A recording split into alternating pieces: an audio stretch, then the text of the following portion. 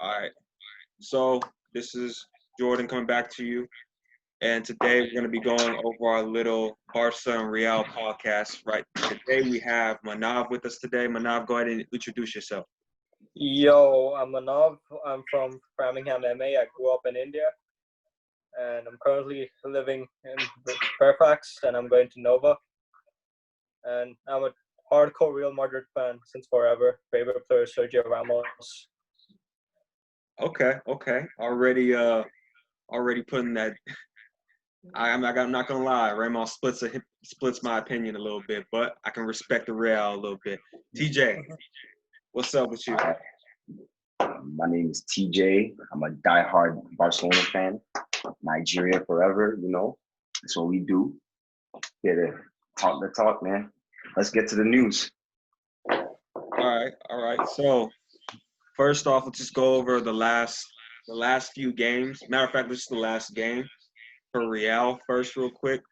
Manal, what's your opinion on what happened, and how do you think y'all gonna do in the title?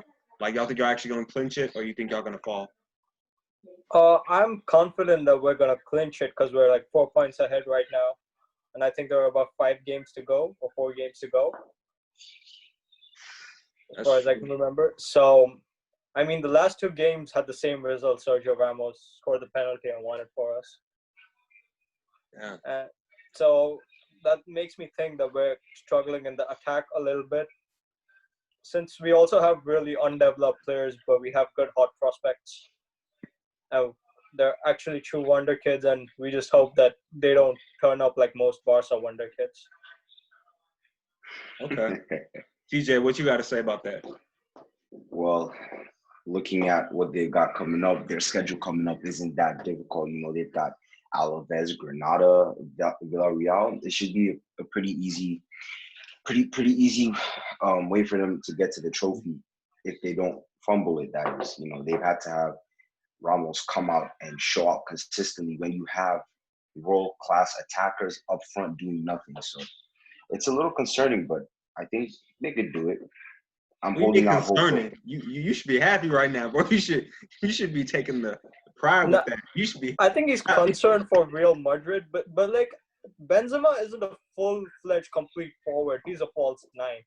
So he's the guy who'll assist the inside attackers on the wings and not actually. Can we call Benzema a false nine, though? Yes, we can. Yes, we Nav can. is right. He's a false nine. Yo, step back. Step back.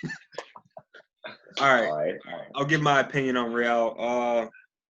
I definitely think y'all going to clinch the title. We'll go into Barcelona in a bit. But for Real, I think you guys have this attitude of, you're like, in a way, you're like United or Liverpool. When you go to their stadium, there's just no way. There's a very unlikely chance that you guys will lose. You guys don't really slip up too often, but I think you guys will clinch it just because Ramos has been unbelievable for y'all. He's Mr. Madrid in my opinion. When I think of Real Madrid, I think of Ramos. I don't like him as a person, as a player, as a defender, just it's anything. But I can respect him. Definitely, I can respect him. I can definitely respect him, but that's it. But in terms of as a squad and attacking wise, you guys have a lot of talent, but I think it always comes down to Real Madrid just seems to have a plethora of talent. It's always seemed like that. But until Zidane came, it was like you had so much talent, but you guys weren't getting the best out of all of them. Right now, it seems like it's kind of gone back into that a little bit, but it's Corona time. We don't really know exactly how next season's gonna unfold for you guys. You guys could be coming out and whipping everybody's ass. I mean, it could be incredible for y'all, or y'all can just be shit. One of the two. I don't care whichever one, but I can definitely say for you guys, this is your year. You guys are gonna win the trophy, and we'll talk Champions League.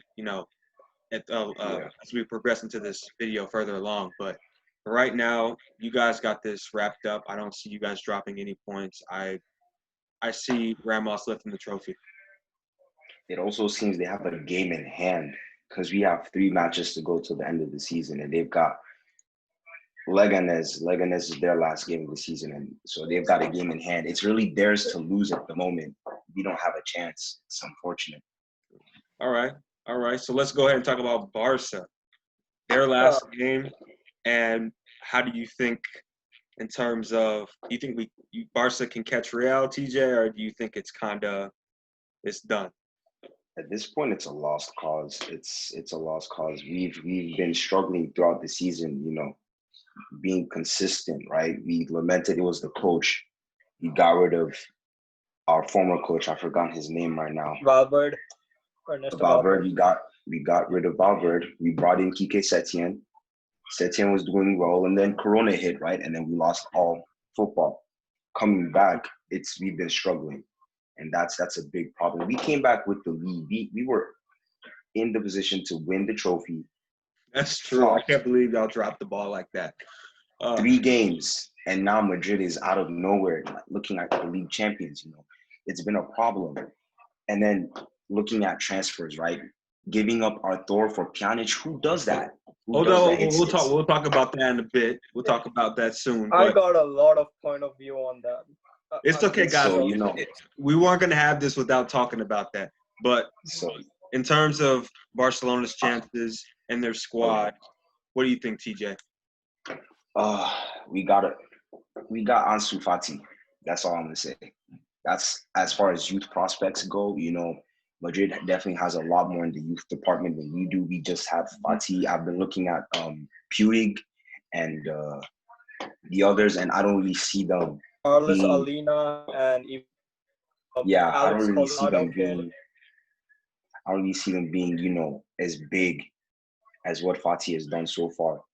I really like the fact that Setien, our previous match before this one, Setien put Messi in the cam role, dedicated cam, and it brought out good results. So hopefully we can get our formation and our squad together. So that is the problem. Nigga, you tripping. Ain't no way that's going to happen. But Manav, what you think Barcelona-wise? Chances and their squad? So I would start removing the mistakes first of all, because Barcelona currently, it's not Barcelona at all. They're not looking at the big picture at all. I mean, I know we're going to talk about the transfer ahead. I'll pull out my point of view then. But right now, they are not able to find a manager who can pull off the quiet philosophy. And the one who could do it is himself struggling out in Qatar. And you know who I'm talking about here. The great man himself, Xavi Hernandez. Yes. Okay. And secondly, I would say that, you are talking about, like I said, like in my first statement, I said that Real Madrid prospects aren't like, I don't want them to turn up like Barcelona prospects nowadays. Because like they turn out to be good, but then slowly they just deteriorate, and now you'll find them playing in the MLS. Like Bojan Krkic. Oh, I mean, okay. You ain't wrong. Okay, let's just go ahead and the one thing I appreciate about Barcelona is unlike Madrid, they're creating their talent, not buying it.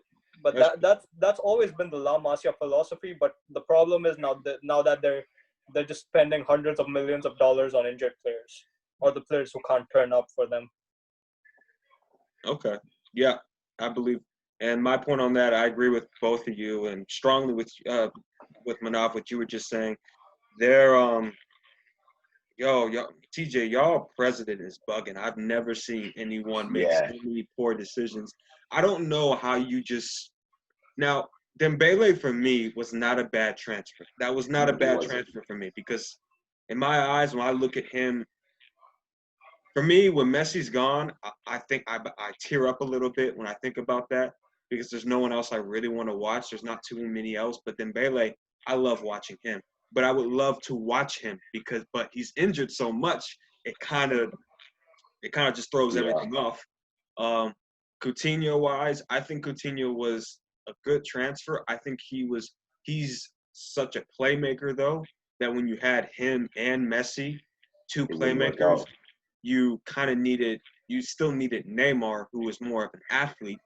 He's a playmaker too, but he's more athletic like Dembele. And so them combining wasn't good. I think Coutinho would be great for Barcelona if Messi wasn't there. And I think if he took the role of a playmaker, it would be great. I think he would definitely step into that role. But I think it's too late. I think Messi can keep going for years more, longer. It's all just he knows when he can stop. Only he knows, really. In terms of Barcelona for the long term, right now, I don't think Barcelona are going to win a Champions League with Messi for a minute. I just don't see it because they've made such poor decisions.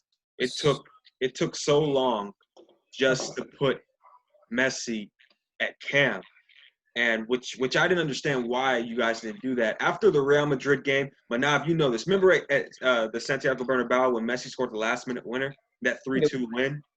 You know that unbelievable game and stuff. Yes, He played Sergio Roberto's dribble. Yep, his dribble. I mean, for me, that was the game that was like, okay, he fucked up Casemiro. Let's be honest. He fucked up Casemiro, and your boy Cas should have definitely been sent out. And I just don't understand why Barcelona did not keep with that. Barcelona makes so many poor decisions, and it kills me because I think we all three love Messi so much. It's just, I'm to the point now. I mean, I wish he would go because I don't like how he's being treated. I know he loves the club, but I would just love it if he just went and go to Argentina so I can get that Argentinian subscription and watch the games where he plays. Because I'm tired of watching Barca besides there. But that's my point of view on that, guys. We got to go into the next topic because I don't want to keep you guys here for too long because I know you have busy days tomorrow. First off, Manav, with Real Madrid, who do you want to sell after this end of the season? Who's someone that you want to get off the? So with Real Madrid, I would first go with, of course, Gareth Bale.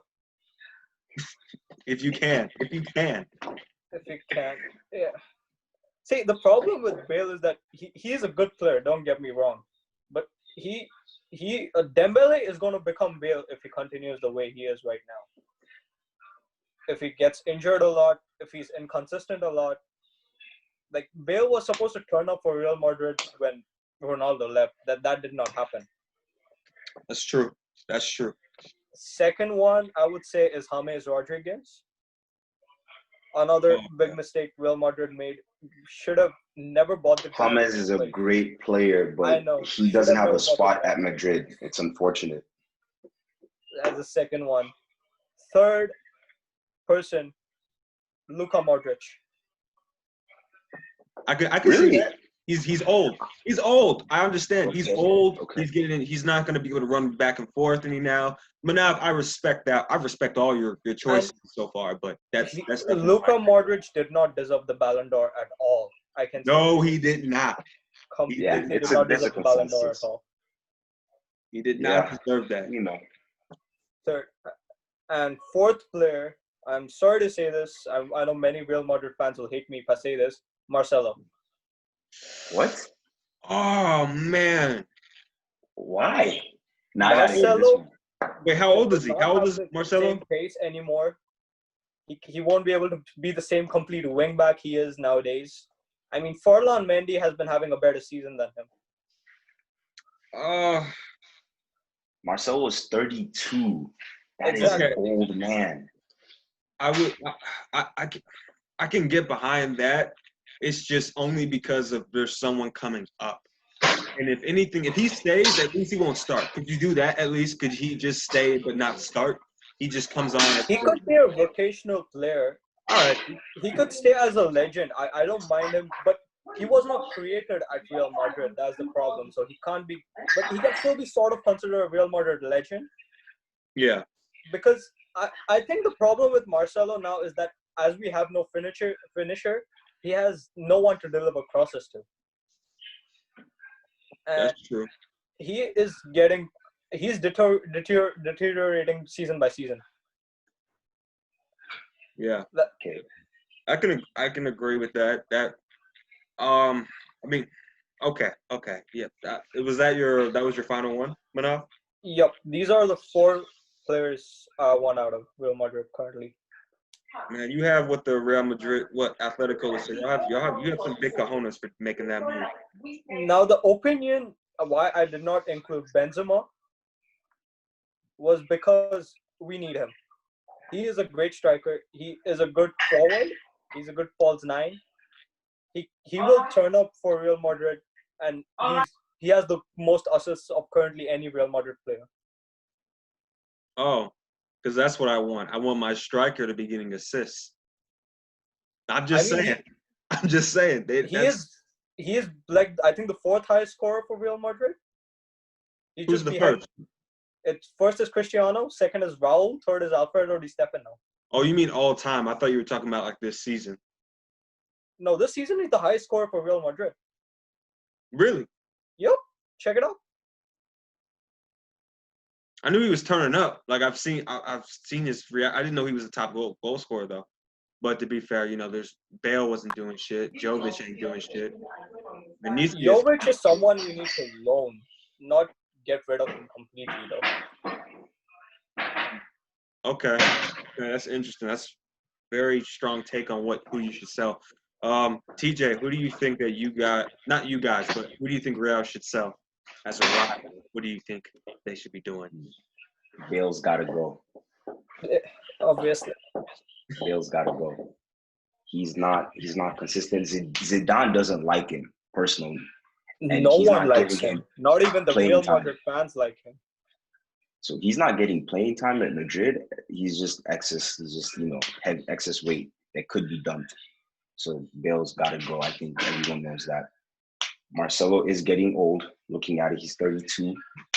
You could get a younger player, bring in other players and replace Marcelo. You got Mendy. They got Mendy. We got Mendy and we have Reguilon on loan. Like Mendy for me was a steal. Like Manav, I think Mendy was a good, not steal. Yep. I think he was a great signing.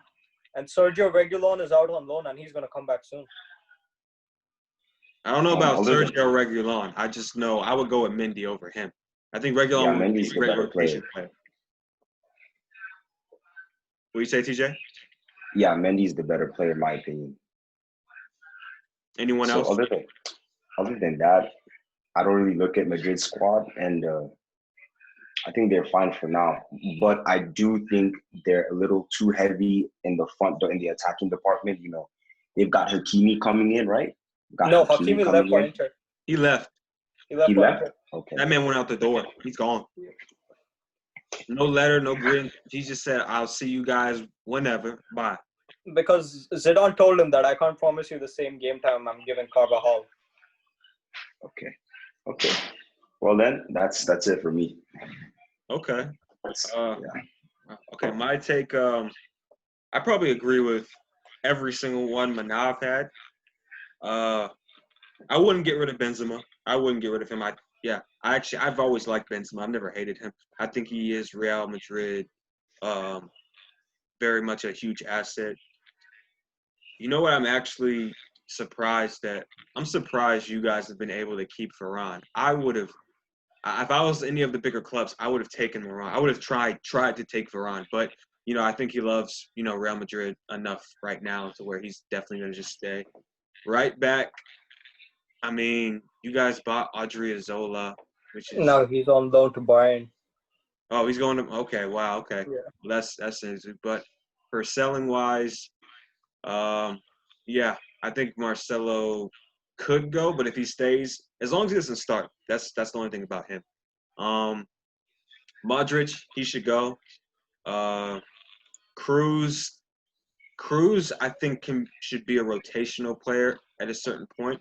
But I think 2 more seasons with Cruz, and then we might get done of him But I mean, like the form Cruz has been displaying, he's like fine wine currently. Yeah, I mean, you could keep. I just know for me, it's like if he was to go right now for you guys, I could see you guys not just collapsing. I think you guys could bear with it. Gareth Bale, yeah, that man could fucking go play golf somewhere else, in my opinion. Who else? Jovic. When he signed, and this is the thing, when Jovic signed, I knew this man wasn't going to be playing and do good. I knew if he played, he wasn't going to do good, and if he really didn't play, which I didn't think he would just end up being a signing that Real makes and doesn't play. He's like the Griezmann in a way, except I don't know if he's in worse form think Griezmann would be So overall. the thing with Jovic, I had thought was like the same how Benzema and Ronaldo were. Mm-hmm. Because Benzema delivered the assist to Ronaldo and he could finish like a poacher. Right. Jovic was expected to do the same, but I think the Real Madrid title got to him. Yeah. Okay. I mean, if you guys give him another season, I would like to see what he does. But if he were to go right now, wouldn't bat an eye. Wouldn't be surprised. I want to see. I definitely Put Jovic on loan. on loan. Yeah, I mean, he's still young. He's what, 22? Yeah, Benzema's that's what gonna I get. said. He if a Yeah. season on loan, he can prove himself like how Odegaard did or Casemiro did. I just don't know how you could be. You make your big move to Real Madrid and then you go out on loan. I can understand how it can happen, but for him and for the price tag he was, what was he like, 50 mil at 60 least? million euros. See, now I know how the market is today, but that shit just seems crazy. I'm like, you can't come over here for more than 40 million, 30 million. Okay, it's Real Madrid. So you can't come over here for more than 40 million and then just be like, oh, you got to go on loan. For real? But you got me. Nah, there's no way I won't be doing that. But if he really wants to stay, I guess he'll do what they want and stuff like that. I am curious to see if you guys, between Vinicius Jr. and Rodrigo, I'm like, eventually you got to pick between those two because they play the same position, right? Extra. Yes, So they do. currently Rodrigo is being used as a right winger as well, and he can play center forward. Okay, then bet you keep him. But Then the time Zidane started him, I've seen him at the left wing. So the difference between Vinicius right now, Vinicius and Rodrigo, is that Rodrigo is a much better finisher than what Vinicius is currently. But Vinicius is progressing at a rapid rate. Like he's literally taken on the Ronaldo diet and the Ronaldo training regime. It's not that hard. You can Google it. Anybody can do it, really. I don't understand that. When he's like, oh, he's taking the Ronaldo. No, he's actually hired all the coaches and everything to train him, like personal trainer and everything. Oh, really? Like during the lockdown, he's hired so many personal trainers, and he's hired coaches to like look at everything he does, have the same diet, have the same training, everything. Wow. Don't you guys also have Hazard on the left wing? Oh, yeah, facts, too. 4 more seasons with that guy, and he's out. I mean, like, don't get me wrong. Hazard is a good player, and right now, he is the most underrated player at Real Madrid because he got injured. People think he's having a bad season. I mean, he is having a bad season because of his injuries. It's not his form. I would say it has to – I mean, form has little to do with it, but I say it's like Dembele. He's had bad seasons because he's been injured. It's not his fault, really, but it's just he's been injured. So I can't call it a good season. I can't void it out, but you got to say what it is. It's a bad season because he was plagued with something bad, which was injuries. So, but like now when you look at him, he still has the same dribbling. He's maybe a little bit more he needs to work on the finishing. But like the assists he's delivered, I would say it's the same old Hazard. Well, who do you build a team around? As a matter of fact, I want to answer this question real quick for a Real Madrid fan. I wanted to ask this. Who do you build a team around, Hazard or Benzema? So, Real Madrid doesn't build a team around a specific player. Don't get me wrong, we're not You built it around Ronaldo. What do you mean? You built Ronaldo's 2 seasons history. Since Ronaldo came to Real, it was built around him. Mourinho it was said built it around Ronaldo because Ronaldo is a GOAT. You're comparing Hazard to Ronaldo, seriously? No, not comparing them in terms of skill level. I'm just saying that when you go to Real Madrid, remember how before Ronaldo, you guys had all these world-class players, but you weren't able to get them working together. So you can't get them working together, just build it around a player.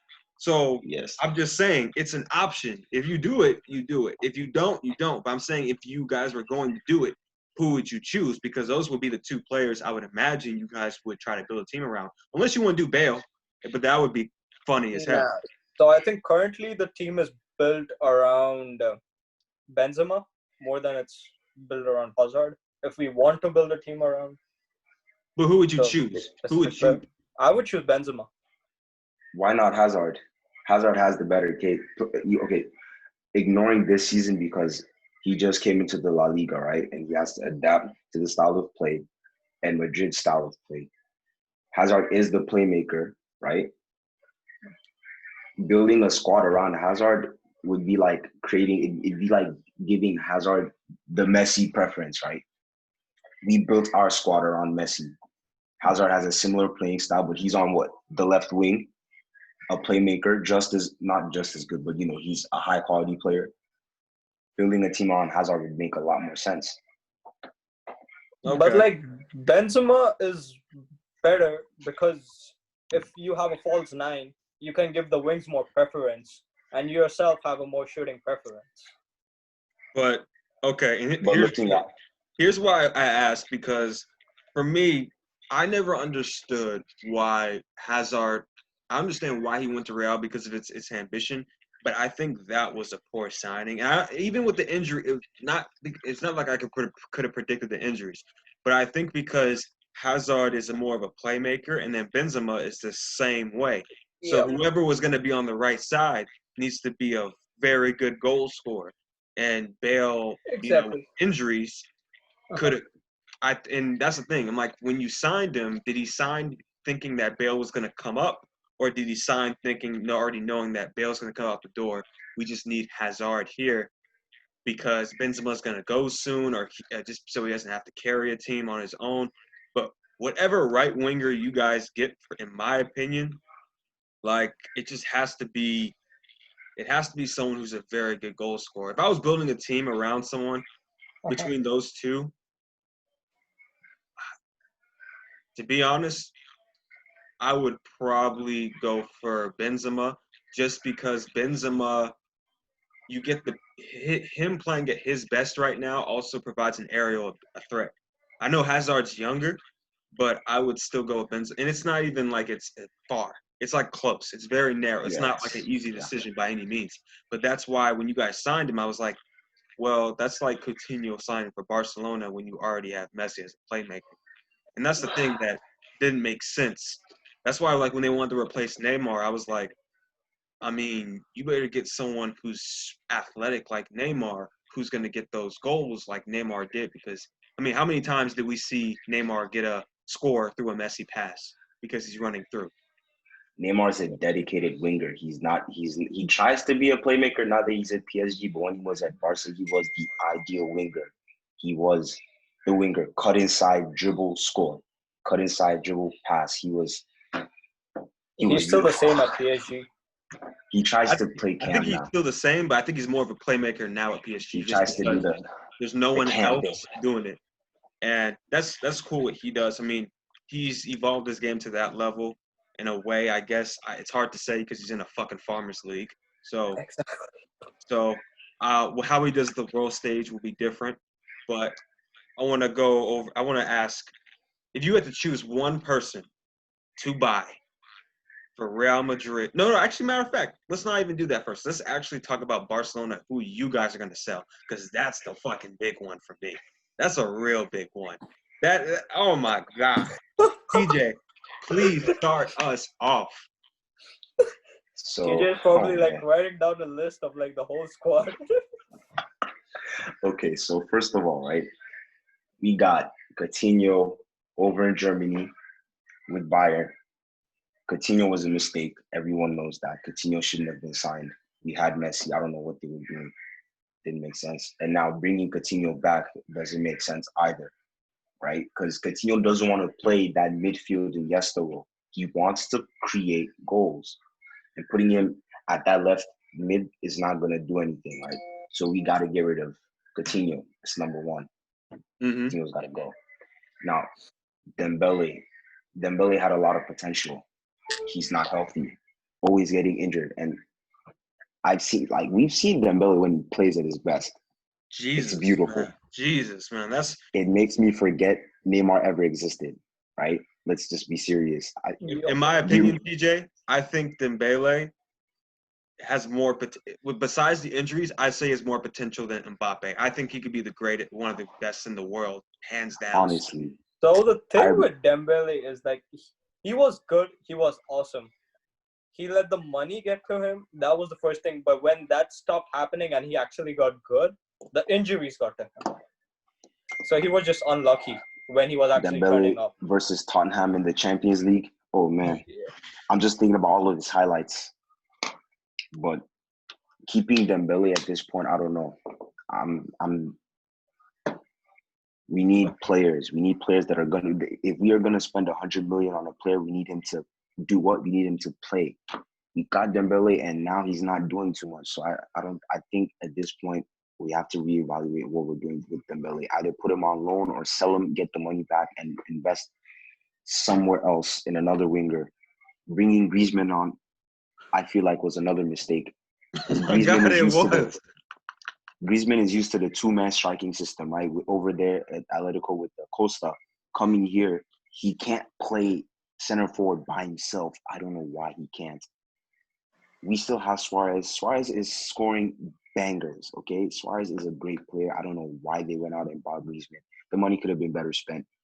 On the fucking defender. That's what he could have been spent on. A defender. Yes. We'll get into that later, but sorry, you can continue. I just have to say that. So, looking at Griezmann, again, I feel like the money could have been better spent. They've already promised Griezmann a future at Barca, so we can't get rid of him at this point. I would have personally liked to get rid of him. But seeing as, we have bastards as board members, it is what it is. Oh, God. BARTOMEU out. Pjanic. Now, what are we doing with Pjanic? Whoa, hold on. This is about who you're selling. You can't sell Pjanic. He just hasn't had even the season yet. Who else you want to sell? I just want to get rid of him. I don't know what he's doing in our squad. My God. I'm depressed. I'm really depressed. I don't know what he's doing on our squad. I'm sorry. Okay. Who was there anyone else that you want to sell, or is that it? Puig, he's a youth. I guess we can keep him. What I'm thinking about right now is how we can generate money to put into defenders and another winger.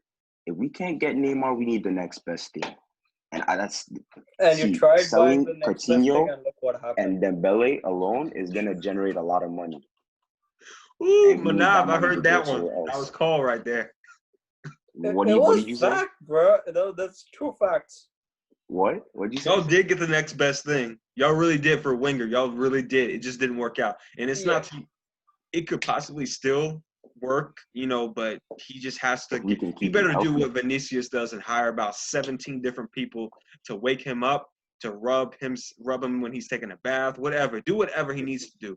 But he needs to get that injury shit done because Braithwaite needs to go. Braithwaite was useless. Why did we buy Braithwaite again? Because Dembele was out and you did not ever have anyone on the right wing, so La Liga. Braithwaite is useless. Braithwaite needs to go. Braithwaite just got a free promotion. It was a free promotion. Yeah. Now he's making how much more money? Oh yeah, he needs to go. So I don't know why we want to get rid of Rakitic. I'm sorry, I'm just rambling on. I'm just so angry. I'm smiling, but I'm He's dying inside. He's dying inside. This podcast cannot fill all my pain. I can't feel all my pain in this podcast. Yo, Vent, man, Vent. Who else? You say you want to sell Rakitic or you don't? I don't want to sell Rakitic. The club wants to get rid of Rakitic. Okay. I feel like he's still very useful. When he and Iniesta were there together after Xavi had left, it was a beautiful pairing in the midfield, okay? They were making plays. So I don't know why we want to get rid of Rakitic. I think Rakitic needs to stay. I'm looking at the list of players we have, and there's no one else that's big enough for me to want to get rid of. Okay. Honestly, that's it. What you think? Be ruthless. I'm gonna be like 100% straightforward here, and I have a reason for each of the players I'm about to say. Go ahead, man. Go ahead. First, I would like to start off with Griezmann. Yes. He can't fit the Barca philosophy. He just left Atletico because he wanted to join a bigger club. And he thought he could generate goals like Messi or Suarez. Terrible. Second, Suarez himself. I know he's your main goal scorer right now. He is a really great player, no doubt. Oh, TJ's face. He's getting old, bro. He's 34. Oh, shit, 35. TJ, your face. I'm sorry, Manav. You sorry. Keep going. He's 35. You need to bring on someone like Lautaro to replace him or something. Okay. I can see what you're getting at. Alrighty. I would like to keep Dembele. Give him a chance. Let him overcome his injuries. Oh. I don't want to get rid of him. I want to get rid of his side chick, Martin Braithwaite. Yeah. Did not deserve the Barcelona signing at all. Did you see him on opening? Oh my lord! Let's continue. All right. I'm mad. Arturo Vidal. Thank you. I forgot to. I'm looking at him and I'm angry right now. Continue. Arturo Vidal because Pjanic. I won't say anything more than that. All right. Next person. I would like to keep Ivan Rakitic. Yes. Smart guy. The playmaking skills are beyond anyone at Barca, currently at Barca. I think he's even better at making the game than Frankie de Jong. Young is still young though, but yeah. All right. I can see what you're saying. Next guy is Junior Firpo, the backup left back for Jordi Alba. Okay. All the games he's played this season, you'll see why I'm saying that they got an emergency left back from Betis, and they sent Juan Miranda, who's a really good prospect, to Schalke, and they made this idiot play. Oh, I didn't even know that. I've seen Firpo play. He's yeah, you're not wrong in how you're thinking. Oh, go on, Manav. All right, next person is Clement Lenglet. TJ, I think you forgot about him. Yeah, Umtiti, in my opinion, I think we can struggle with Umtiti and get rid of Langley because Langley is a disappointment too. You're right. Okay. Umtiti is good. And the last person you need to get rid of is Neto. Why is the backup keeper an idiot who used to be a first team really good guy and now is a backup keeper at Barcelona? Honestly, the thing is, Ter Stegen rarely gets injured. It's one of those positions where you just need someone in case you need someone. Okay, I don't think you're gonna keep I don't think any club in the world has 2-star goalkeepers, right? Because it's one of those positions. I just thought maybe you guys would like bring up someone from the under 23s or something to be the key. I don't think you have to have a star backup keeper. But I'm sorry, Manav. I don't mean to cut you off, or TJ. You got to go ahead. Fine. Like the prospects are so good. Like if you remove Lenglet, there's Jean-Claire Todibo. If you remove Firpo, you have Juan Miranda. If you remove Arturo Vidal, you have Ricky freaking Pig. Mm-hmm. Okay. The thing is, they need a coach who is able to teach them the way. Oh yeah, one more person who needs to get out of Barcelona. I would really like top priority list Jose Bartomeu. Wait, who? Say that again? That's the president. Oh, Bartomeu. Yeah, my bad. Yeah, that's right. That's fair. There was a thing in the middle. I think Goal had posted it where Bartomeu went to Setien's house to talk about the future. And all the angry Barcelona fans below were commenting, someone needs to go to Bartomeu's house and tell him about his future. Honestly, that man is a pipe. Oh, man. Okay. Y'all given me a lot to think about. If I was going to sell anyone from Barcelona, okay, let's just go through it all. I get rid of Suarez. I would. I think he's probably the best number 9 in your history. Best striker in your history. History? Yeah. I think that's debatable. Henry. One of the best. Fine, top 3. Top 3. I put him in top 3 as strikers. And I'm not putting Messi in there because Messi's just we're not even gonna put him in that debate. We already know he's he's the king. But I say Suarez is the best in the world. He's the king. Yeah. But as terms of strikers, I think Suarez is one of the top 3 best strikers that Barcelona's ever had.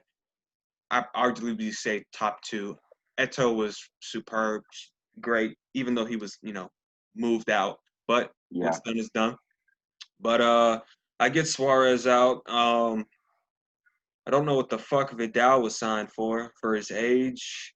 I never understood that. You remember Boateng was signed last season? Oh my god, man! That's the thing, Barca. You guys make so many signings, useless signings. And I show it to people who don't even play soccer and stuff, and they'll be like, "Why the fuck did they sign them?" I don't know. I can't explain it. And this is why I'm like, man, if you a Barcelona fan, honest to God, if you did not have Messi, I think y'all would be a mid-table club. I really honestly. I would like to see the amount of Barcelona fans left when Messi retires or leaves the club. Of course, I'm one of them. I'm gonna just stop watching. I'm sorry, I can't have my heart break every season because of a pipe. No, that's fair. Not happening. So after Vidal going, it's funny. I would probably Rakitic is 32, right? 31, 32. Yeah. But I think sorry to cut you off here, but I don't know if it's an unpopular opinion or not. I think Rakitic is way better than Modric. I actually I can't even give an opinion on that because I think they both do such a good job. If I had to pick one, okay, you have to pick one person on your team as a midfielder. Right now, I maybe I'd probably go with maybe Modric slightly, and that's only because Modric can, go through a couple people and stuff and then lay off that pass. Rakitic, he'll fire off. He's a cannon of a right foot. There's no doubt about that. He's as great as a playmaker as Modric or nearly. But I would sell him just because I think he's done a great service to Barcelona, but I think it's time for him to go. He hasn't been poor. I just think that for what the team needs, he doesn't meet that requirement to fully use anymore. Busquets, I get rid of Busquets too. Because why? Because Busquets has been getting a lot of flack, but no, I think we need a strong. That's cool. You can have him, but let me tell you this: is he going to win you a header? Not really. Is he going to be able to win that tackle? Not really. If you're in the Liga, yeah, but in the Champions League, hell no. Do we even need to talk about Liverpool and Barca? Do we even need to talk? TJ, look me in the eyes, nigga. Look me in the eyes. Do we even need to talk about that? Give me 1 second, okay? I understand what you're saying, right? When you have two, if we're looking at the Barca style, the classic Barca 4-3-3, when you have two attacking-minded center mids going up, like we had Iniesta and Xavi, who was holding it down? Who was the mid? Who was holding it down? It was Busquets. That's what. So if we can find a good partner that was back then. That was back then. Now, wait a minute. If we can find a good partner for De Jong, because De Jong himself is another attacking-minded center mid. Wait. How is De Jong attacking-minded? Hold up, let me get through. Let me get through on the list, and we can talk about. Hold up, Manav. I understand what you're thinking too. I'm on that same page, but let me just get through the list, and then we can discuss each one. Y'all can just talk about it as after I finish this. Okay, I get rid of Longley. I get rid of PK. I get rid of Firpo, Alba. Yo, I'd raid through that entire list. I'm being honest. That defense is a joke. Yo, name me one individual defender in there that's actually can walk into any team in the world. No. Sergio Roberto. They always do it to nigga, people. Please, nah. Nigga, please. Sergio Roberto, you know what? I'd keep him because I would like him in midfield, not at fucking right back. Yes. Semedo is good. I think Semedo is underrated. Is good as a right back. Semedo is underrated. Semedo for sure. I'm so glad you guys have Ter Stegen because if y'all didn't, oh my lord. They'd be scoring 10, 20, 30 goals. De Jong, I'd keep him because I don't think he's been given the right amount of time. And then also, he's had times and moments, De Jong, where he's had to be like, really? Y'all niggas really are going to make me just run through this? Like, really? It's either Messi or no one else, or if it's not Messi, it's got to be De Jong running through a little bit. But I keep him. Puig, Rookie Puig, I'd keep him. Maybe on loan. No, fuck that. I'd probably give him the start now a little bit. Fati, thank God y'all have him because he's fantastic. I'd keep him.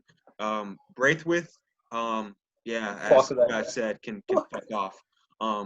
Dembele, I wouldn't sell him because I swear to God, wherever he goes, he's gonna blow up, and I would be pissed. So I want to give Dembele one more season, but I want to tell him at the beginning of the season, I'll be like, listen, I want you to throw that fucking Xbox out. I want you to throw that PS4 out or PS5, whatever you're gonna have. I want you to have 6 people in here. I want you to have 6 bodyguards / therapists / nutritionists. You better have the whole goddamn page of Vinicius health and package. services. Yes, he better have Vinicius and his fucking contacts. Like, hey, hold up, Vinicius, you say you got this guy right here? Hold up. Hey, can you come over real quick? I'm feeling a little twing in my leg. Thanks. He needs to be getting the most people. I'm talking about everybody. If he feels like I'm being smothered, that's not enough. He needs about 12 people. He needs the whole Barcelona staff ×2. Matter of fact, probably get some Liverpool staff people. Those guys stay fucking fit all the time. Unbelievable. Milner. You know, one of the current coaches in Liverpool, I think Pete Kravitz, he's said to be the next assistant coach of Barcelona. You know what? I take that. Take that as a win. Get anybody with fitness-wise, but and here's something that's all my list. But here's one thing I've noticed, and this is another reason why I want to sell Busquets. People say, and like TJ said, he held us down when Xavi, Iniesta, they're not here anymore. And the reason why Barcelona are not playing the same style is because back then, no one could keep the ball like they did, and no one could even do half as well as them. Now, people can do half as well as them. As a matter of fact, I'd say City, passing-wise, can do almost as well as them. Not as great as them. Man. Almost. But if you're Guardiola as a manager, your team has the best passing in the world. Yeah, but that's another thing. It's like, okay, well, then why would you keep Busquets? Because he's not going to defend. He's not the best in the world at defending by any means. He's not. And that's been the main issue for Barcelona. Why don't you put 100 million into a center back? Why don't you get Koulibaly? Why don't you get a left back who can actually defend? Like Mendy, They I thought do Barca have a should be left back Mendy. who can The actually thing is, defend. though, The idiots the loaned reason them why off and got some idiot from Betis. Yeah, I remember. Why we spend so much money on attackers is if you go back, like, for those that still like to hold on to, like, Barca's glory days, right? Yeah. Barca ball is attacking football. We attack. That's great, but how do you guys lose these Champions League games? Because y'all defense is shit. Y'all know y'all should have started buying defenders. Our defense, you know what year our you should have defense done is it? problematic, but our attack. Okay, when Neymar was around, right? We still had. No, I would have defense started wasn't purchasing defenders in like 2012, 2013.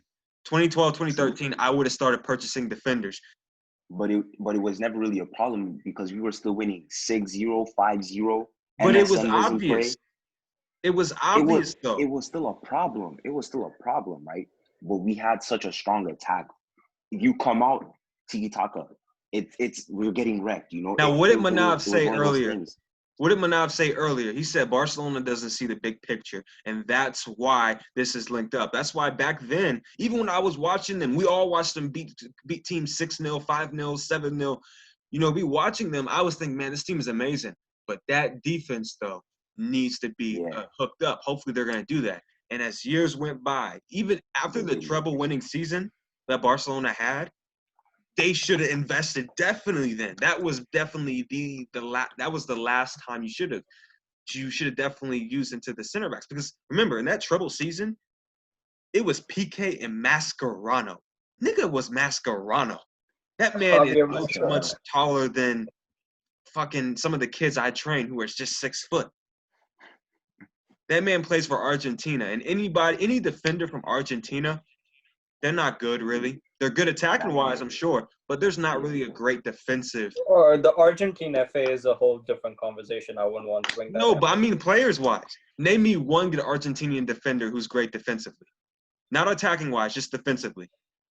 Currently, nobody, because they don't produce defenders. The Argentine FA is all about attackers.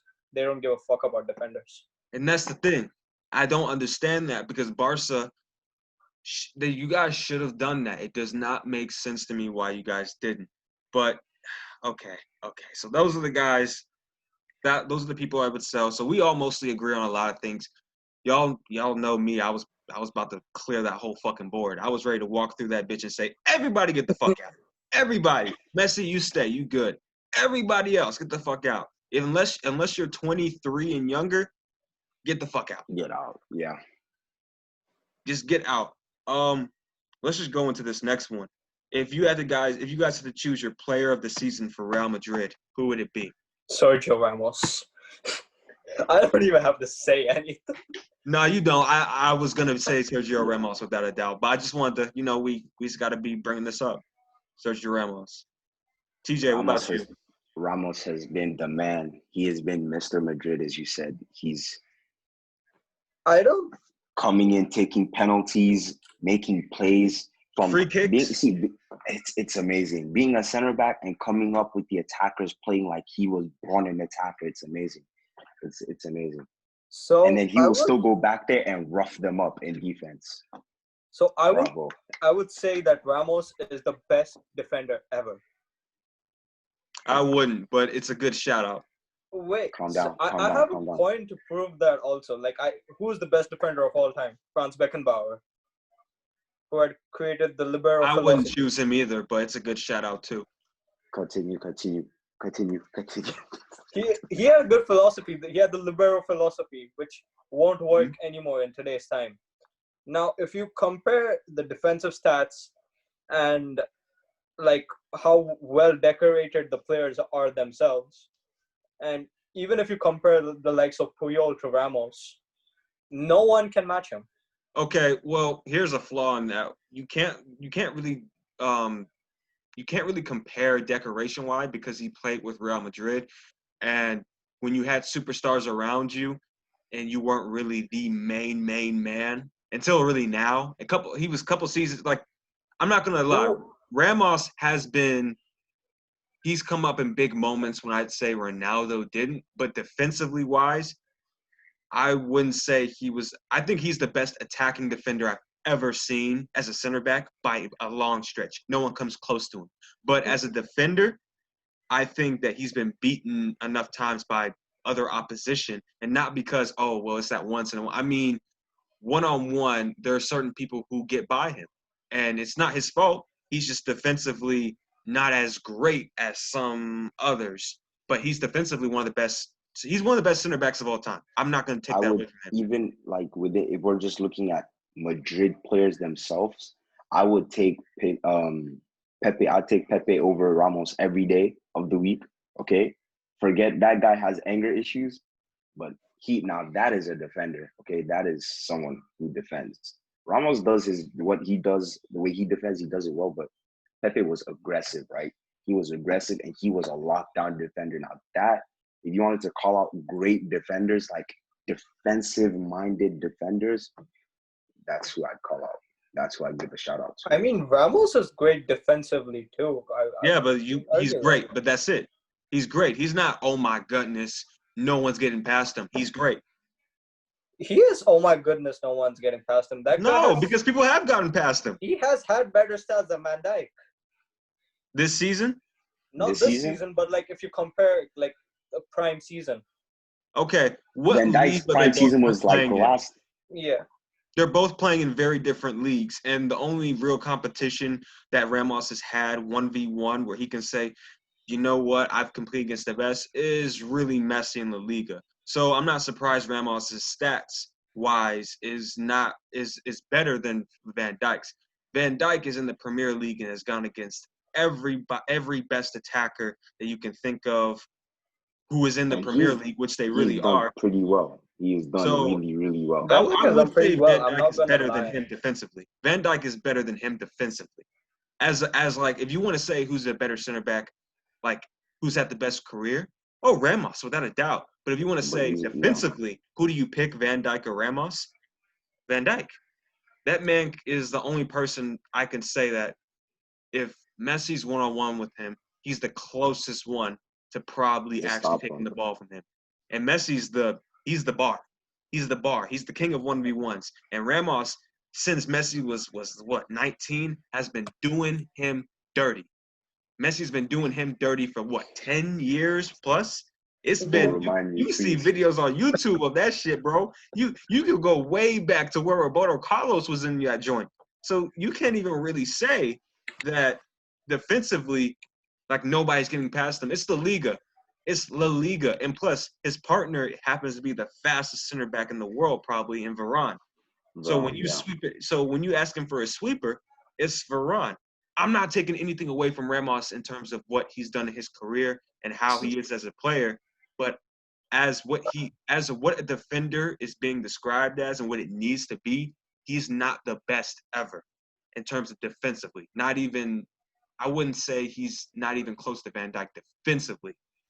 So the thing about that is, like, last season we had one of the worst seasons ever under Lopetegui and Solari, where the defense did not come up at all, and Courtois was like literally blatantly said that he should get out of the club because he's not going to live up to the Navas or Casillas expectations. Mm-hmm. But right now, this season, he has the most clean sheets of any keeper available. And clean sheets are even based on how the defenders are playing. I'm not doubting that, but it's La Liga. It's hard to rate it at that level because that level is not the best, highest level. Now, if you said in the Champions League, he's never been beaten, then I'm like, oh yeah, Ramos, that's the shit. But no, what he has in the Champions League more than anyone else as a defender, that goal that you need. I mean, against Atletico, twice, he came up big. Yo, I take my hat off to him. That's why I respect him, because at the end of the day, he does come up when he's not even expected to. Offensively wise, all the time in the Champions League, I would say, and even in La Liga.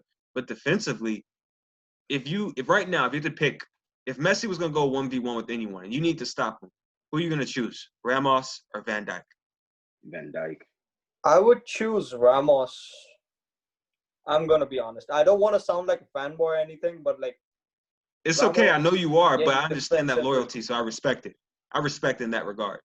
It's loyalty. I understand, even though deep down I know you know it's Van Dijk because Ramos has been done dirty by Messi for years. It's not even that like I'm being a dick about Ramos. You can literally go on YouTube and go back to any match nearly, and you can say Ramos done dirty by Messi, and you find that shit. I mean, Messi is Messi. Messi will do dirty to any defender in the world. Yes, but who would you say defensively even like has gone up against the last best? time he did Van Dijk dirty, they won 3-0. He never did Van Dijk dirty in that. No, he did in that match. He beat him one-on-one once. So Once. And that was Messi playing against Van Dijk for the first time ever, I assume. Okay. Because they won't see each other. But like, if Ramos gets done, because like, how can you compare anyone to Messi? Like, Messi will beat everyone. He can do anything. Okay, then I'll give you a different stat. Has Ramos gone up against the best attackers and 1v1 and won against the very, very best and won, like consistently? Yeah, he has. There's a reason why we have 3 Champions Leagues. There was Iron Robben. You guys didn't win the Champions League because of your defense. You won it because you had Ronaldo. Your offense was ridiculously good. You had a great midfield. You have the greatest goal scorer in fucking history. So your defense could have been a goddamn 3-year-old in the back. Ronaldo is awesome. Don't get me wrong. But if Ronaldo was good, why didn't we start winning Champions League since the season he arrived? Because the team didn't play all together. They didn't play all together best. Zidane got the best out of everyone and built it still around Ronaldo to get the best out of him. Shit, Bayern Atletico know that better than anyone in the Champions League. Ronaldo roughed up the motherfuckers. He roughed them up. Put him at striker, and he roughed them up. I'm not saying Real Madrid's defense isn't great, but that wasn't what contributed to their Champions League success. I mean, Pepe and Ramos were at top when it had to stop Pepe the more from so. coming in. I see when you say that, I always emphasize Pepe more so than Ramos. If you look at now, let's bring back Messi, right? Messi will do dirty anyone he wants to do dirty. Okay, we'll agree on that. But looking at Messi taking on Pepe 1-on-1, what has Pepe done to Messi? Messi gets by him, Pepe will take the red card if that's what is necessary to So stop him from going through. Ramos See, has done the same thing. Okay, Speaking okay, of we the guys, we previous gotta move on to the next person, and that's got to Yeah. be Barcelona, the player of the season. Oh, matter of Lionel fact, I'm sorry, Messi. I didn't give my vote for Real Madrid player of the season. It's Ramos, quick and simple. But Yeah. Barcelona, who do you think is the player of the season? I know that's a Lionel Messi. fucking difficult one. No, it's not. I'm It's just not messing with you. Messi. I know it's not. It's not Messi. It's not player of the individual of the season. I better hear Ter Stegen. Bartomeu. Bartomeu is the individual of the season. That fucking bastard. I'm just kidding. It's Ter Stegen. Ter Stegen is definitely kudos to Messi because Messi is the GOAT. Okay, Messi will be Messi. But if Ter Stegen, the best keeper in the world, in my opinion, has not been making those stops, because our defense is non-existent. Okay, PK and Langley are not defenders. I don't know what they are. They're like, I don't know why they stand there. Ter Stegen has been making all sorts of stops, and sometimes he gets flack for goals that are not his fault because he doesn't have defenders to protect him. You want to bring up Ter Stegen's stats on saves this season, or you want to look at his highlights? This man is making impossible saves. No, I agree with And you.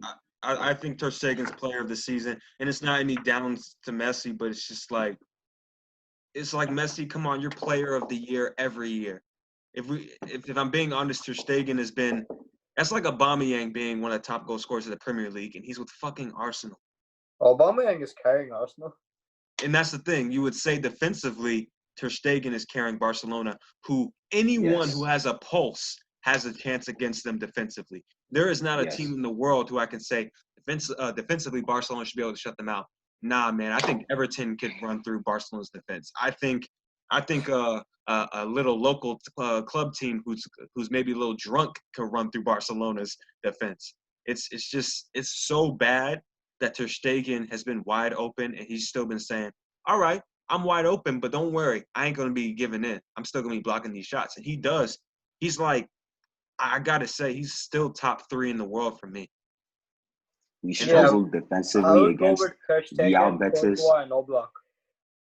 We struggled defensively. Did you say Courtois? Who'd you say was number 1? Top 3 would be Courtois, Ter Stegen, and Oblak. Courtois? That's the most clean sheets this season. That's an interesting one. I think Courtois he's broken some record this year, if I'm not wrong. Thibaut Courtois. Yeah, Thibaut Courtois broke a record this season. I put him up there, but I would still say Oblak is the best goalkeeper in the world. I think Oblak is ridiculously good. Both of you are wrong. It's David De Gea, one season wonder. No, but Manchester United has said that's a whole different topic. Well, who's your player of the season, Manav? Huh? Your player of the season? For Barcelona? Yeah. I don't even have to say it. Okay, I understand that. Okay. Sorry. Okay. It's Lionel Andres Messi always. Okay. Truthfully. I gotta wonder, what is it like when he goes out in public and eats at a place? Does he even have to pay? Does he just sit down there and they just bring him the best food? I just wonder what's it like, because he can actually live like a king. Like, he's the only person I've ever seen who can walk on the pitch and not being told shit. I mean, that's the respect. That man is the coach. See, that's the problem. Now that you've brought it up, like, I think Messi has been given way too much power. I don't think it's his fault, though. I think he's just done so much. It's not like he's asked for the power. I think whenever he says something, it's like God saying something. You just don't want to disagree with it because it's God. That's frightful. You don't want to be in his. You don't want to get smited and shit. That's what he is in Barcelona. So I don't think it's not like he's taking that. And I think the same could, like, I understand Barcelona. He might not. He is the god for Barcelona, and the play is built around him. But, like, I don't think he's a good captain or a good selector. Like selecting people to play? Because even with the Argentine FA, the reason they're not performing is because Messi denies that he doesn't want to play with these players and they're not good enough. See, we'll get to that later. Messi gets a lot more flack for things. He gets flack for things that are not in his power. Okay, Let's move on to. We gotta get this one over real quick. Yeah. Champions League predictions. What do you think Real Madrid wise? Where y'all see them finishing? I know it's Champions League, so you don't know. It's super unpredictable, man. I don't know how much we've paid the referees this year. Hey, you're the first Real. I'm gonna be right. When I saw that Juventus, when Ronaldo scored that one penalty kick against Juventus, when it was 3-1, like and he won it, I called major cap on that. That was I'm not even capping. That was not right. I don't think that should have been a penalty, but it is what it is in the end. But Real, I know for me, I don't think Real's winning this. There's no way in hell. Real nor Barca. Neither squad is not. So the only way for Real to win this is like to come over the 1-0 deficit. If I'm not wrong, I don't remember the City game anymore. I think. Y'all got City. Yeah, we had City. We lost to them in the first leg. We lost to them in the first leg. Let me break the game off. Oh man, no, it's done. I think it was like 2-1. At the Emirates. 2-1 was the aggregate.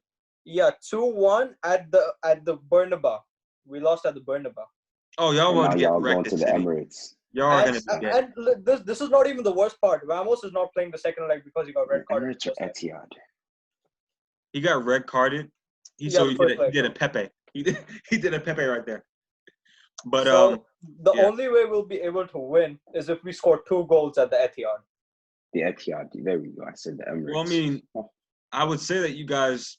I mean, City is defensively vulnerable, but just because Real Madrid offensively, y'all just don't seem like we'll have to turn up real big. We'll have to turn up real big, or we'll have to give the referees a lot of money. If this was at the Bernabeu, I would say yes, you could maybe you could do it, but it's at the Etihad, and I know De Bruyne is going to turn up, Sterling's going to turn up.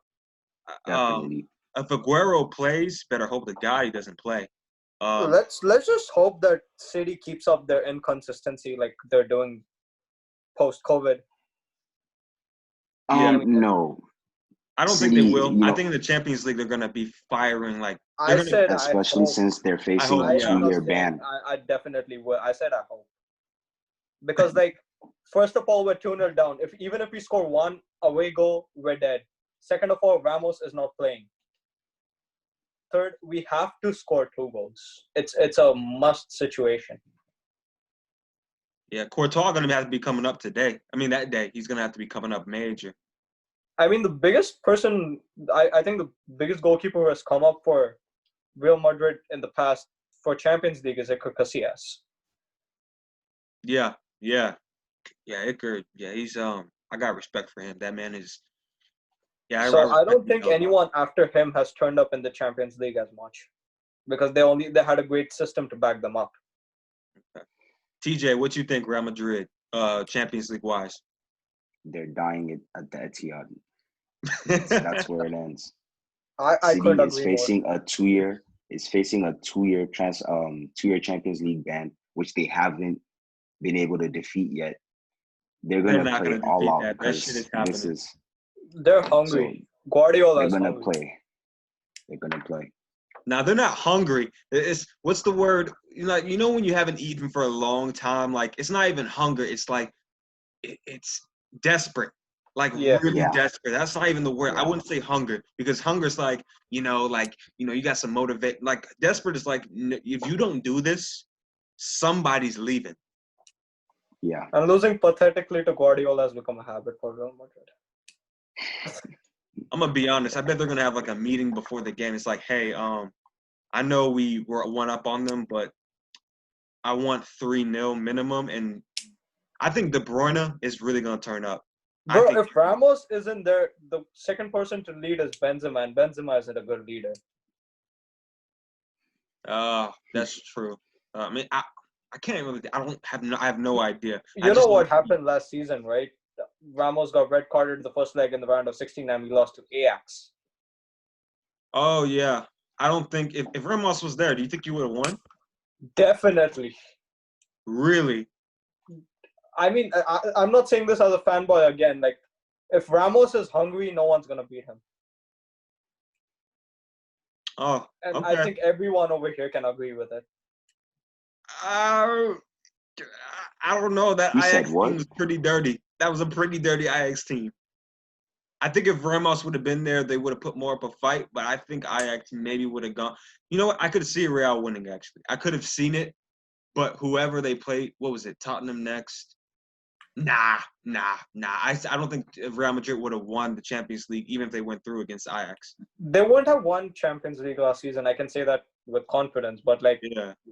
because Ramos got red carded, we lost to the pathetic Ajax team. Pathetic? I mean, they're young prospects. Back then, they were diming up every single team. They outplayed. Napoli in 2019 was not to be trifled with. Yeah, that was a dirty team. And as much as, as Ramos is a great – I'm sorry that – I think it would have been much more of a fight, but I still think Ajax would have done you guys. First of all, let's get it clear. Eredivisie is a farmers' league. It is, but they still But win. they came to the best league in the world and still did it. That's the thing, though. Yeah, but they lost to Tottenham. Who the hell loses to Tottenham? You have Son. You have Kane. You Calm have down. Lucas Moura turning up. I mean, if you're talking about the Spurs now, yes. Who could lose to them? I could beat them. Yes. Even Spurs back then were known as the biggest bottlers. They still beat City though. And City, let's be honest, that you don't just beat City that easily. They did it, and let's be honest, Son was in world class right there. Yes. He was world class in that Champions League, in that take. So I mean, back then you can't really say, oh, they lost the Spurs. Who's the Spurs? But at that time, they were at a very good level. And the only bad thing is that I will tell you this: if Ramos was there, I'm not gonna. We wouldn't have lost to Ajax. I would have said that 100%. If Ramos was there, we wouldn't have lost to Ajax at all. I think you guys could have won, but I think Ajax could have won too. I think it could have gone either way. I don't know. We were already leading the first half. That was the thing. We bottled it up. Okay, yeah. Okay, then I could see. Right now, with Ramos, I would say we would have had a fighting chance.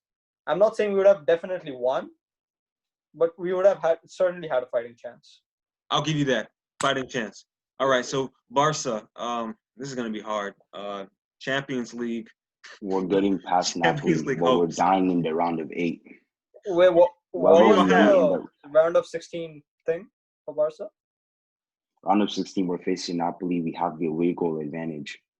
We're gonna get through, but we're not getting past the round of 8. Whoever we meet in the round of 8, that's it. That's the end of it. We are in no position.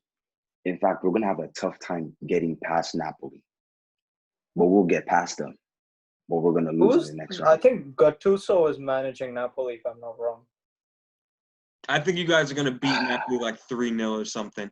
I don't know what it is. And then lose in the next round. Messi at the Bernabeu. I mean, at the sorry, not Bernabeu, Camp Nou. He's like Ramos at the Bernabeu. It's superpowers. You don't. It's seriously. I mean, when it was Liverpool against Barca at the Camp Nou, I'm gonna be honest. When I saw the tie, I was like, Liverpool gonna play them at the Camp Nou. I think they'll win. I'll be honest. I did think they were gonna win, but Messi that free kick. I saw that live, like on TV. I didn't even have to go to highlights. I just watched it. I was like, "Go!" I give it to you, bro. I give it. I mean, Messi at the Bernabeu is better than Messi at Camp Nou. Interesting. That is interesting. Interesting. I can maybe I can think about that. But okay. So Barcelona, we all can agree they're just going nowhere after this. This tie.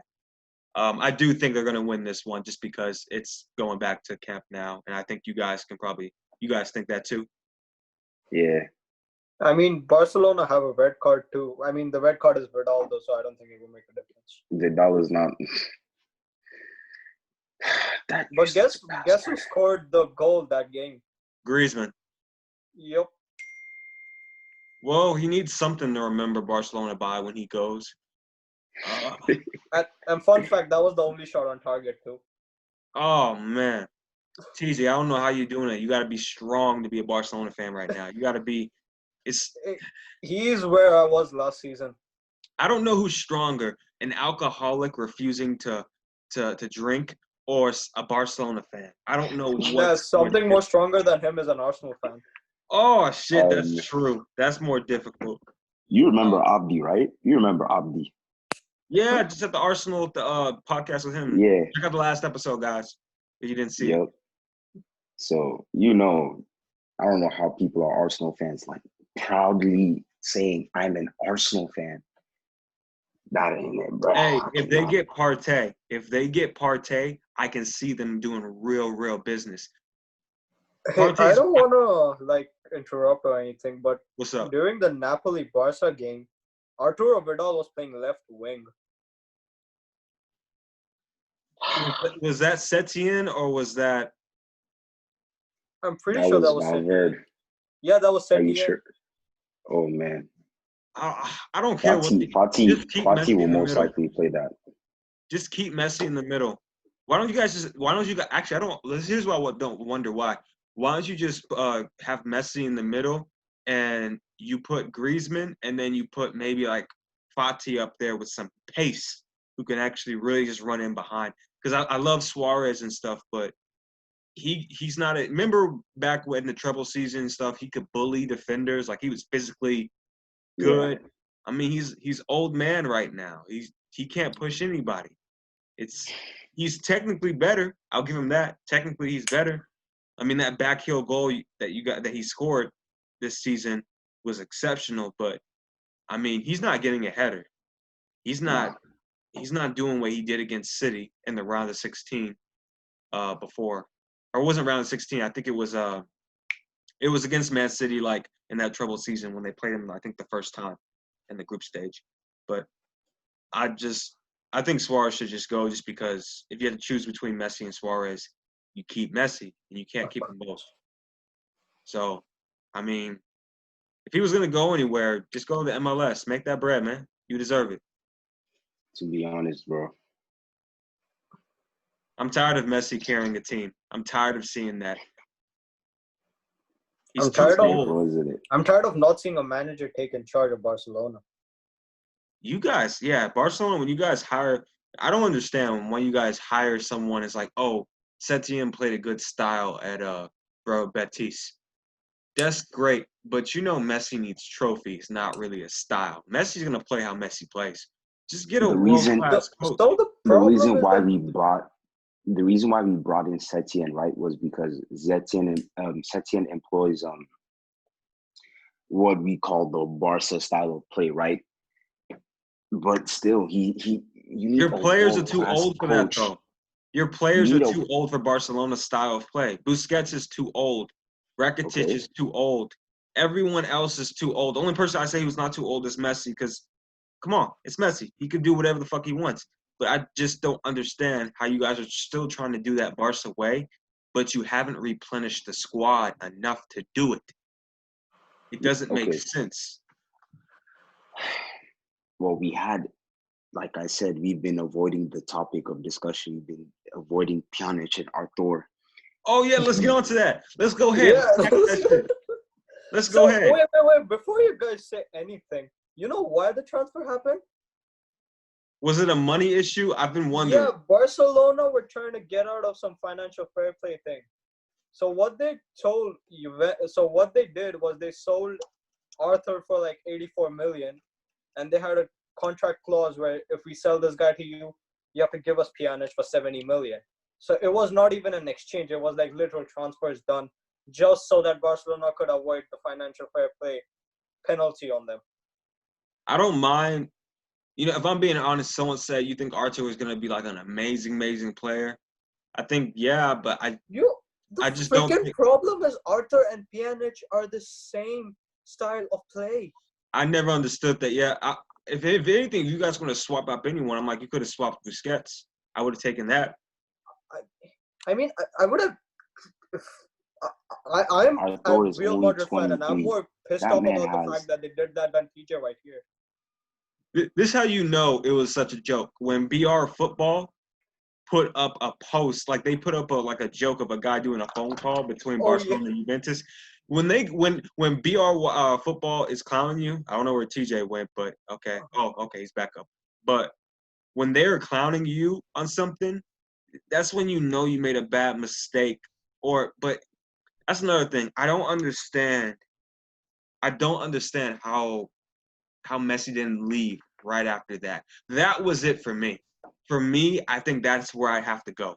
I mean, he's still yet to sign a contract, but like, it's so pissing off. Like, how stupid can you be when you're exchanging a 23-year-old really brilliant prodigy who's going to develop further with a player who's in his prime, who's going to lose his prime in about 2 or 3 years? And my head hurts talking about this. You guys, I'm not saying you should do it, but the more Bartomeu makes decisions, the more I think, man, this guy might get assassinated if he ain't careful. For I real. think they're having a re-election next year or something. Like, yeah. God damn. Wow. And this is where Messi is using his leverage, because Messi has called off talks about re-signing another contract until he your sees video is some messed real up, changes. Yeah, it's frozen. It's frozen? It's frozen. Yep. Yeah. All right. You got that face when Barcelona let a league go behind, but it's so normal. Yeah. Hopefully it works. I mean, the best thing Bartomeu could do to actually just leave with some kind of dignity is just step down. Just step down. He's not going to step down. Pedestal. I know he won't do it, but he's just going to run Barcelona. Oh, my goodness. I'm surprised you guys let him stay this long. I think after you guys signed – no, I'm not going to lie. After the 2016, when Real Madrid had their second Champions League in a row, I think that should have been it. Like, hey, maybe we should get some defenders.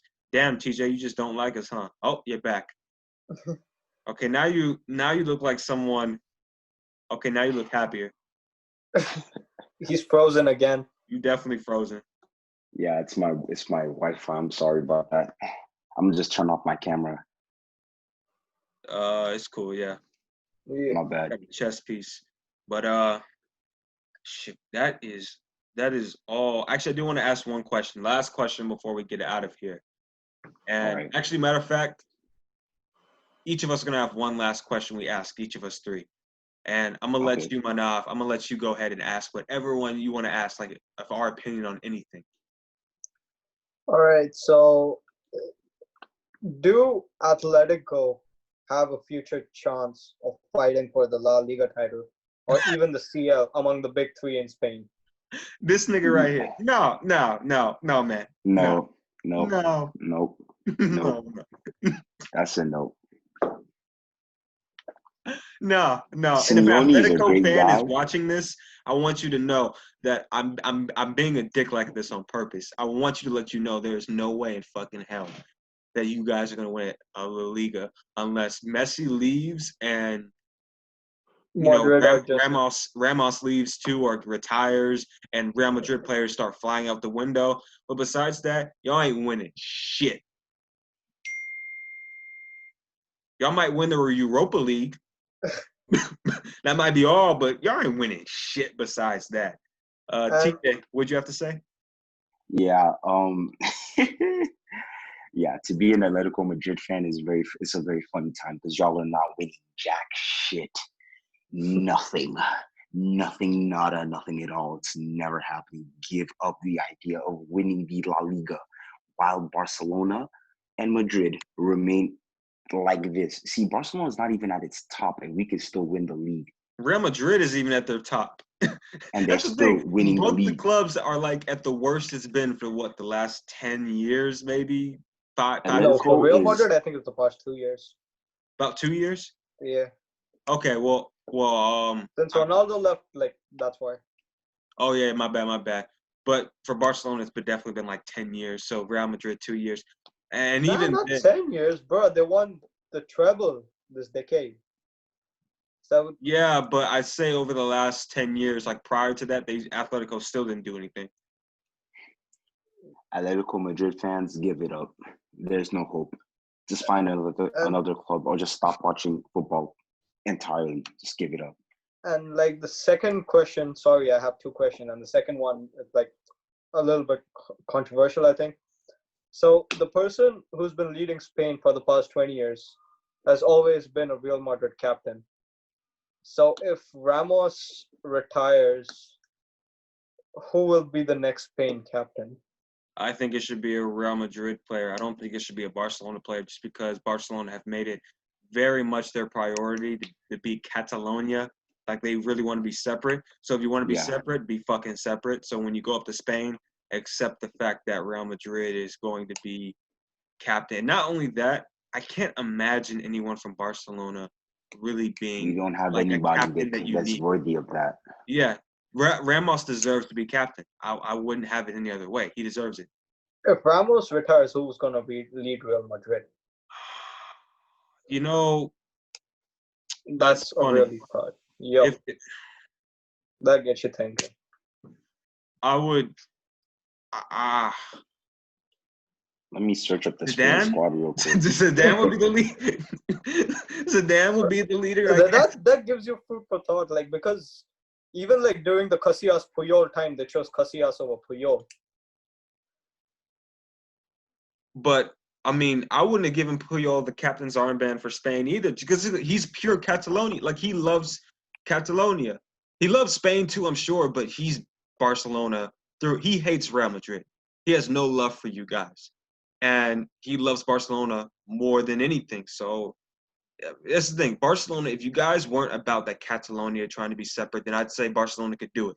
But the fact that you guys don't do it, you should stay separate. And if Ramos were to retire right now, if I had to pick anyone right now, I guess maybe it would be Busquets.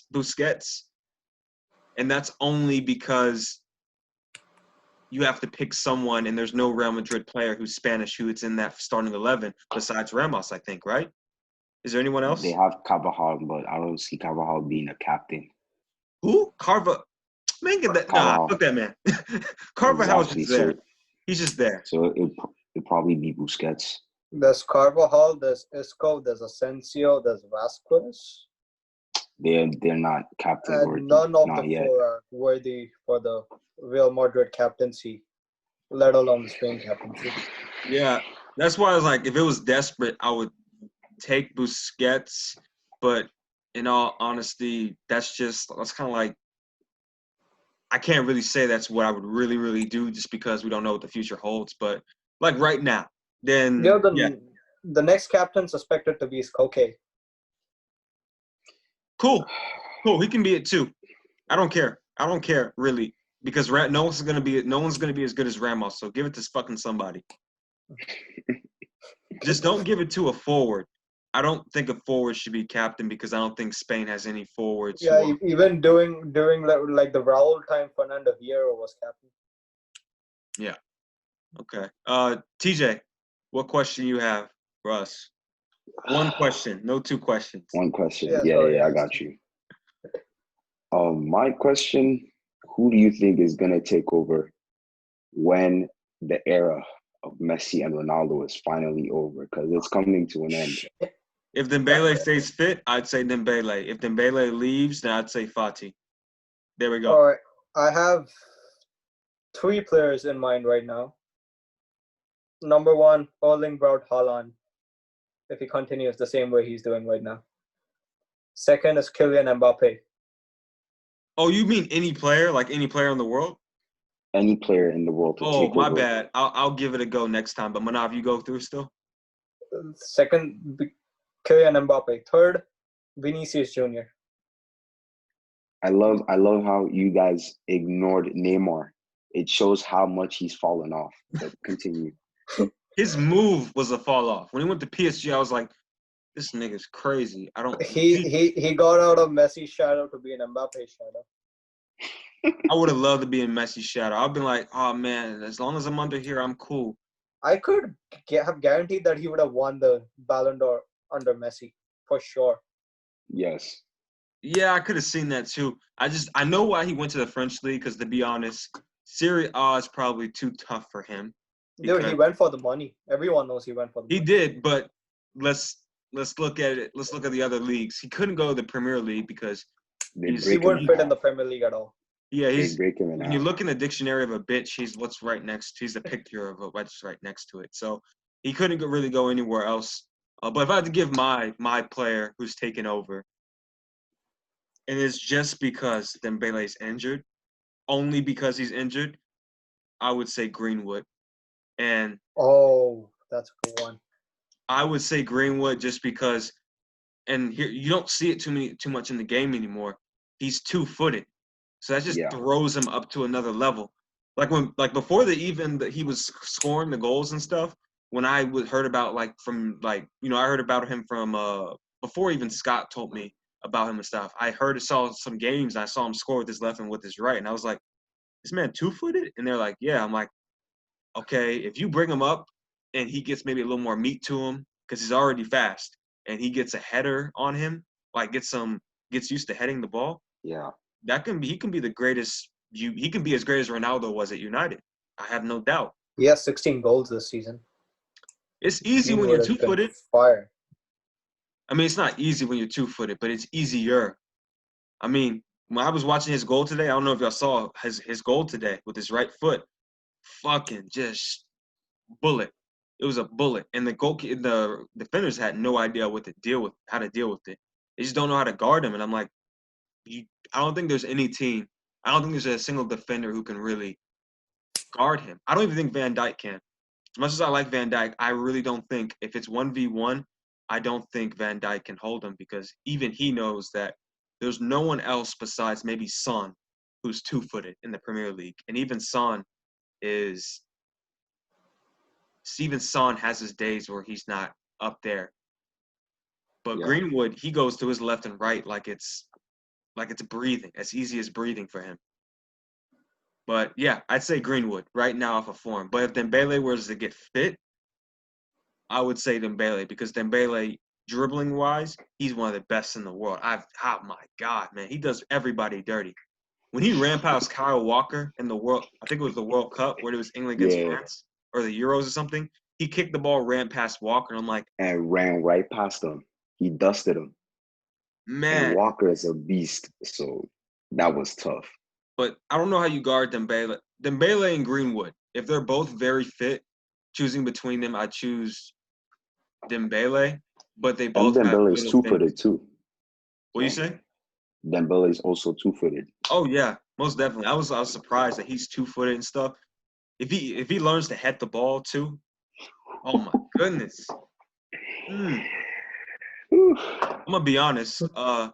If I think if Dembele was at Real Madrid, I don't know if he would be as injured as he is. I actually think that. I feel like if he was at Real Madrid, I don't think he'd be getting the amount of injuries. I think Barcelona right now, I think it's kind of toxic. The club itself. It's not Messi's fault. It's not it's some of the players' fault, but it's not all of them. But I think the club itself and your president. It's in a bad place. Yeah. It's just so toxic. I mean, if someone said, "Hey, you can go to Barcelona," they'll pay about it's only $5. Man, you couldn't get me to go to Barcelona for 5 cents. I'm staying away.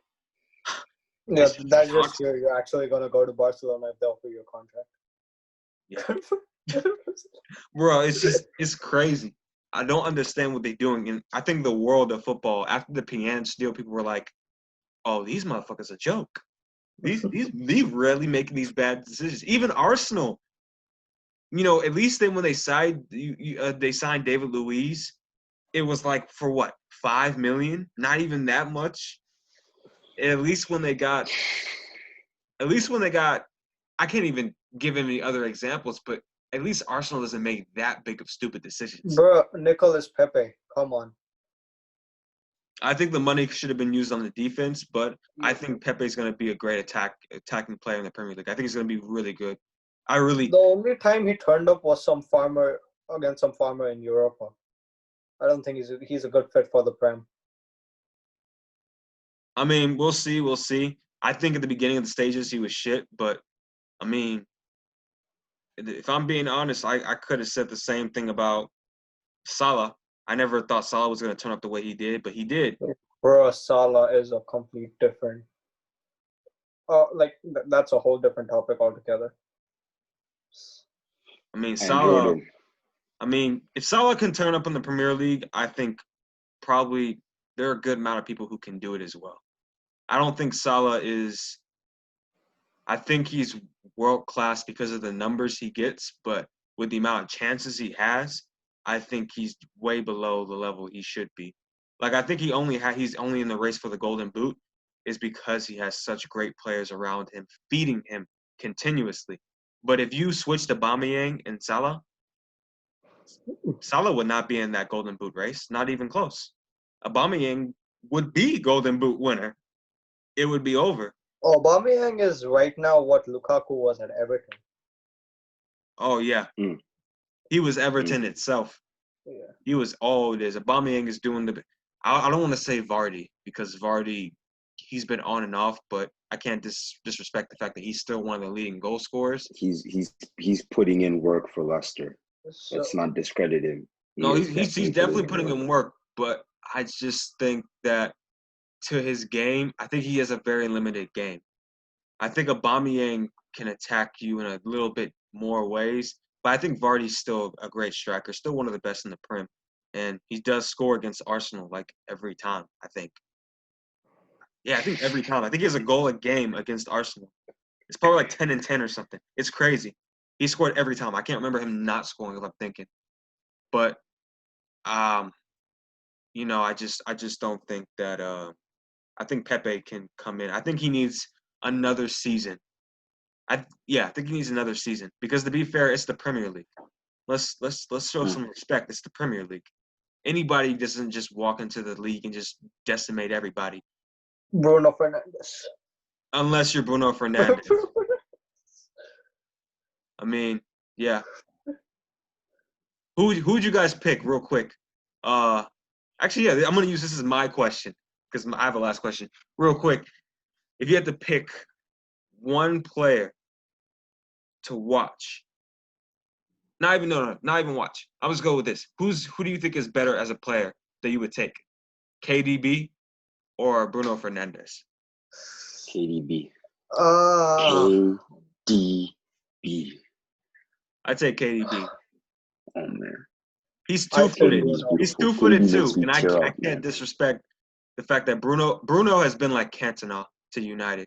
Let's be honest, he has been. But I think Bruno plays at a number 10 and De Bruyne plays at an 8. Yeah. I mean, De Bruyne plays Cam sometimes too. Yeah, so but Cam, how much time? Bruno's played 10 every time. Like he's never played really, except De like Bruyne shares that Cam role with Silva. David Silva. Yeah. De Bruyne, De Bruyne just, I don't understand. He's the only person I would say since David Beckham, crossing wise, besides Trent Alexander-Arnold, where it's frightening when you get a cross from him. I mean, as a striker, I would love De Bruyne. He'd be my best. He'd be my best friend. De Bruyne's offensive awareness is next level.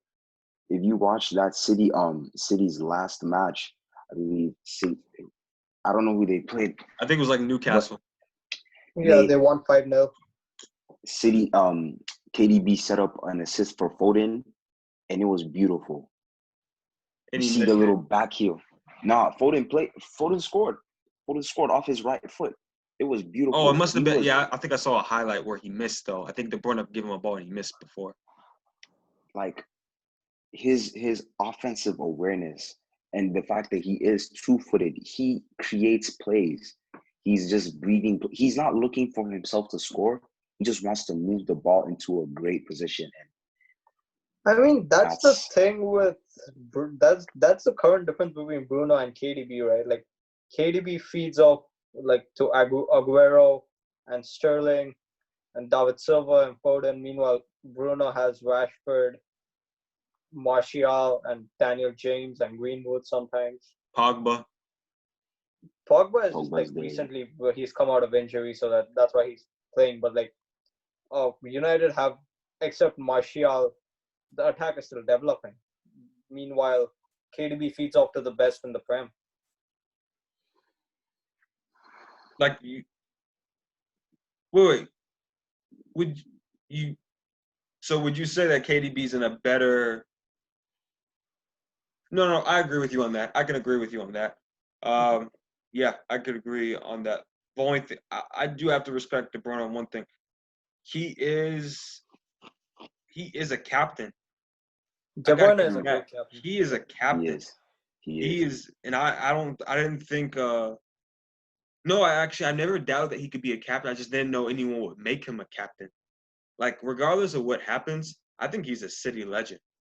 Like, from now on up, from on. I mean, for me, if someone said, like, who's your most favorite City player to watch? De Bruyne. Easily. De Bruyne, yep. Hands down. Manav, you got that mad? You just turned off your camera? You didn't like my answer that much? I think his iPad died. Yeah, his iPad probably died. He's probably going to ask in a bit. Yeah. Yeah, I take KDB every day, any day, all day. It's beautiful to watch him play and create plays. It's wonderful. That's true. It's one of those things, man. All right. Well, we're gonna wait for. I don't know if he's gonna come back. I hope he comes back, but yeah. I do wanna. Oh, yeah, he's gonna come back, but we're about to go anyway. Manav, you there? Yo, sorry, my iPad's battery died. It's cool. It's cool. We're actually done. We actually need to. I need to wake up tomorrow. I got definitely some shit to do. But thank you guys for coming on the podcast. I appreciate y'all taking the time.